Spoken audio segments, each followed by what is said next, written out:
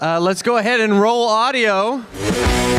Everybody, the cast of Smallville, Laura Vandervoort, John Glover, Michael Rosenbaum, and Tom Welling. Everybody, let's give them a hand. Where's Craig from Krypton Site? Yeah, where's Craig? Craig, Krypton Site? Where is he? He wrote about us for years on Smallville. Where is he, Craig? He's here. We're giving a shout out to Craig at Wherever Krypton you are, Site. I can't see you. I can't hear anything. Can you? Hi, guys. There he is over there. Awesome, isn't it? Craig! What's it here? What's up, buddy? Good to see you, man. Thanks for all your years of writing about Smallville and supporting us. Appreciate it. He should be up here. Yeah. He knows everything. We'll let him lay in the floor here. Spread eagle. Craig, he's a writer on Smallville. So when Alan Miles talked about the show, they said it was really a story of two families. We have a father and son and two cousins on stage here. And I want to know what that meant for you in terms of your performances in these roles and also off screen as you guys got to bond over the years. It was amazing. Fantastic. Terrific. Incredible. Go ahead, John. In a nutshell. Well, I will say this, that the Luther family, especially Dad, definitely came out of the gates really strong. And when John started playing Lionel, I remember the writers and the creators being like, oh, wait a second. Let's pull this out even further. And you just nailed it out of the park. So we got to see a lot more of you, which was great. Yeah. Thanks. I was really intimidated by John Glover when I first worked with him. In the pilot, I thought you didn't like me. I didn't. Well, there you have it. I knew it. I knew it. But I've grown to love you, son. Yes. And welcome to the Luther family Reunion. therapy session. Yeah. It is. It's a therapy session. Michael, do you have anxiety? No. Right now? Right now I have anxiety. Who gets anxiety? Raise your hand. Come on. Yeah, exactly. What are we doing at a Comic-Con then? Yeah. This is the most anxiety you can get. Yeah, well, I appreciate that. I'm here to see you too. I love you. I love you all. This is great. Yeah, we're excited. But it was fantastic working with John. It gave another what do you call Dimension. it? Dimension to Smallville. It was Depth. just depth. You had the Character. Loving family, the Kent family, and you had the Dark family, and you're like, what would have happened if Mr. Kent was my father? Conflict. Things would have been different. I would have been good. If Clark didn't lie to me, I would have been good. All rise! No wonder you have anxiety. No wonder you have anxiety. Yeah, well. Byron, what's your next question? Wait, John was going to say something. John. I was just saying that the two of them are like George and Gracie. You're too young, right? Yeah. I remember George and Gracie. Night, Gracie. Yeah. Hey, George. Sir, I just want you to know that you have the cap on your lens. It looks. No, you don't. Okay. If everybody could look at the sign language guy for just a second, I'm going to show you something very fun. No. Diarrhea. Explosive. Diarrhea. Thank you. Hey, give it up for my man over You here. got a good sense of humor. So, from a craft perspective, we've all seen productions, whether they're independent to big budget things, where an actor just doesn't grab the character. They don't link up. And what was so magical about all of you is you came to embody these roles really well. And from a process standpoint, I'd love to hear about some things that made that important. I'd like to start with Michael, because he has a great story about one time he tried to just wear some tennis shoes as Lex. Yeah, it's amazing. I love you. I feel like Rocky. Remember Rocky's like, I love you, Stu. Adrian, I just want to say one thing to my wife. Sorry. But, I was nervous about playing the role. I'm kind of a goofball, and when I got the role, they shaved my head immediately. I put on a suit. I never wear a suit. Look at me. Bruce Campbell was just making fun of my outfit. He's like, you don't dress up for your fans? But I remember wearing tennis shoes one time because I wanted to be comfortable on set, and I could not play Lex. I just couldn't take it serious. I couldn't get into the character because I had tennis shoes on. So it was just a tough character to play, to deliver those lines, to shave your head every day. But in working with these guys, though, it made it a lot easier. And, you know, Well, you sure made it look easy. Well, thanks, Tom. Yeah, you sort of became Lex around. And I used to get really mad at him because he was effing around on the set and stuff. But finally, I realized that he was doing that on purpose because that was what Lex did to Daddy. So I realized his genius, you see? I was trying to annoy you. Yeah, and pretty- it worked. it's pretty And it worked. easy. Yeah, It I did. know. That's But why it was real. Yeah, you were a great teacher, though.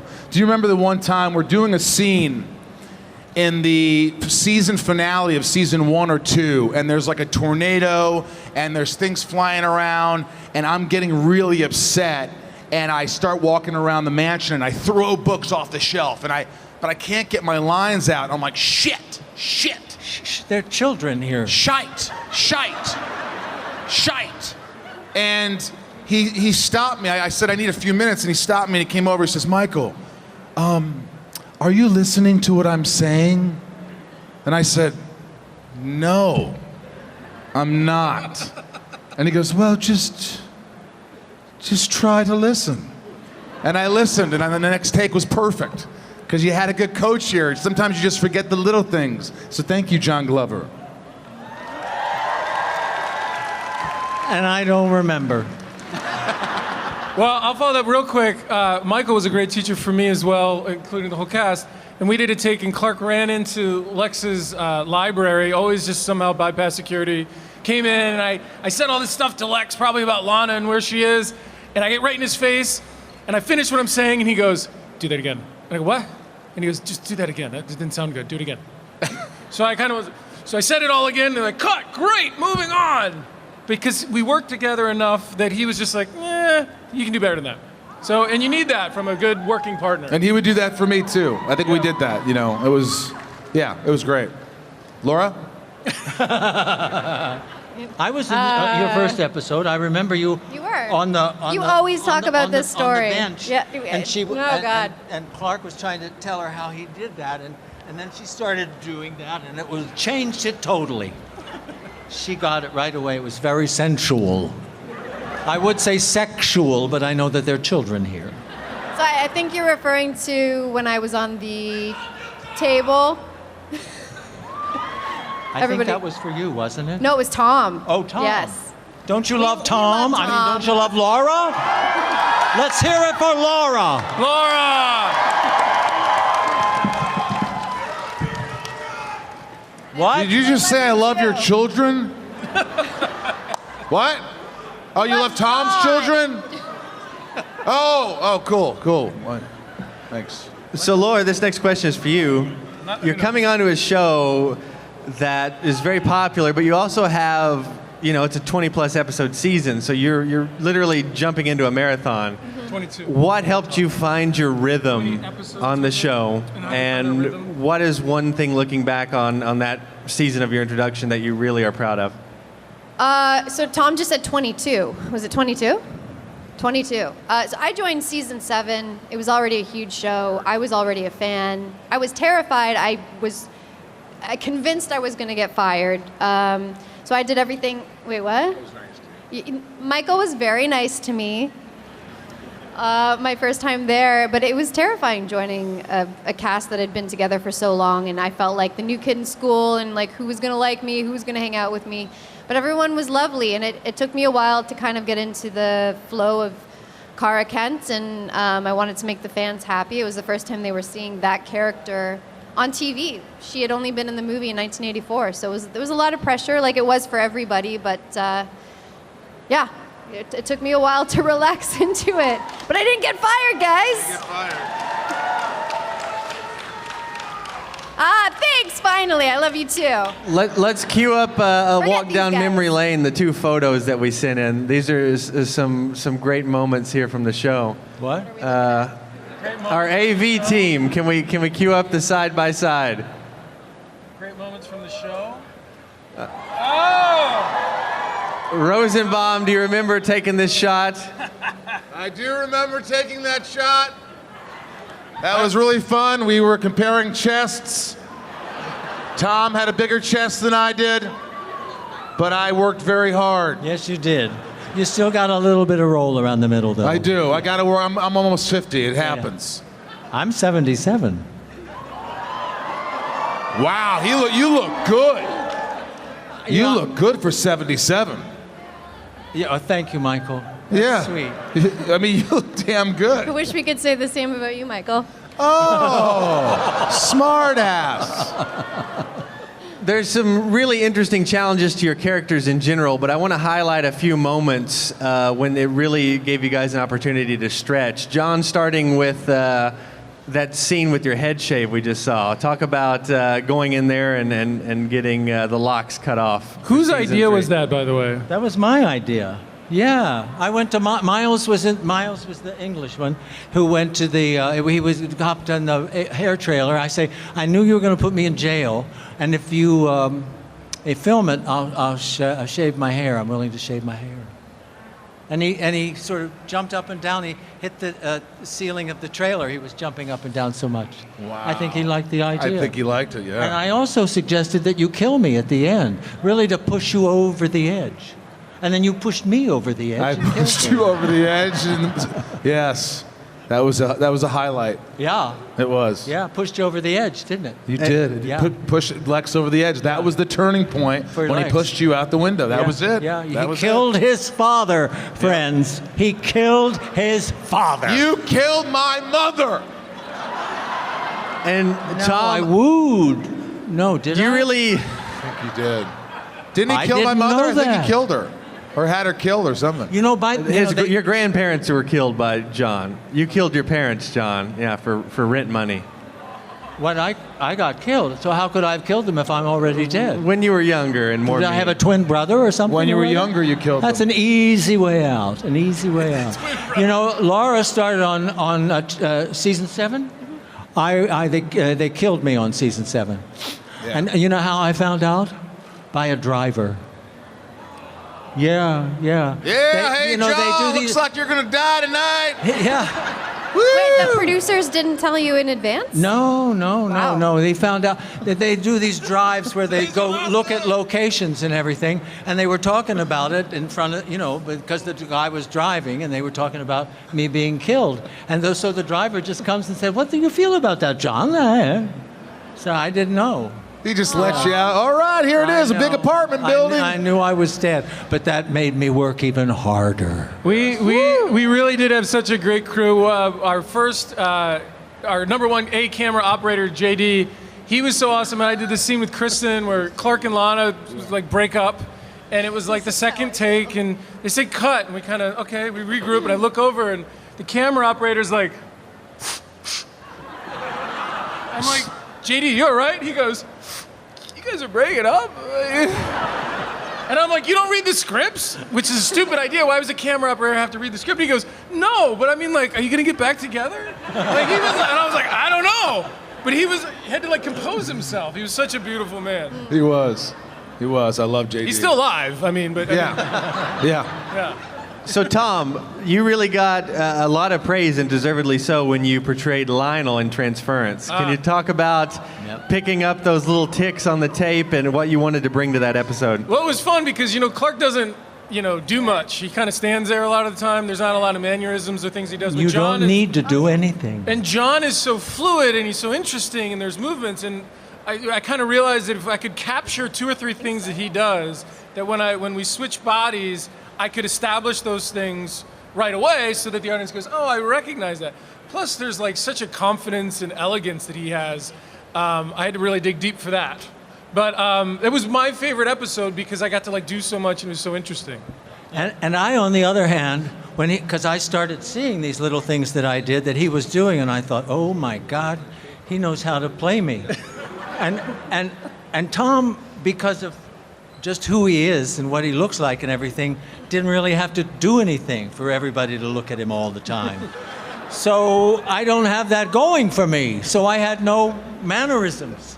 And I was very uncomfortable. I was very jealous of you because you had me and I didn't know how to have you.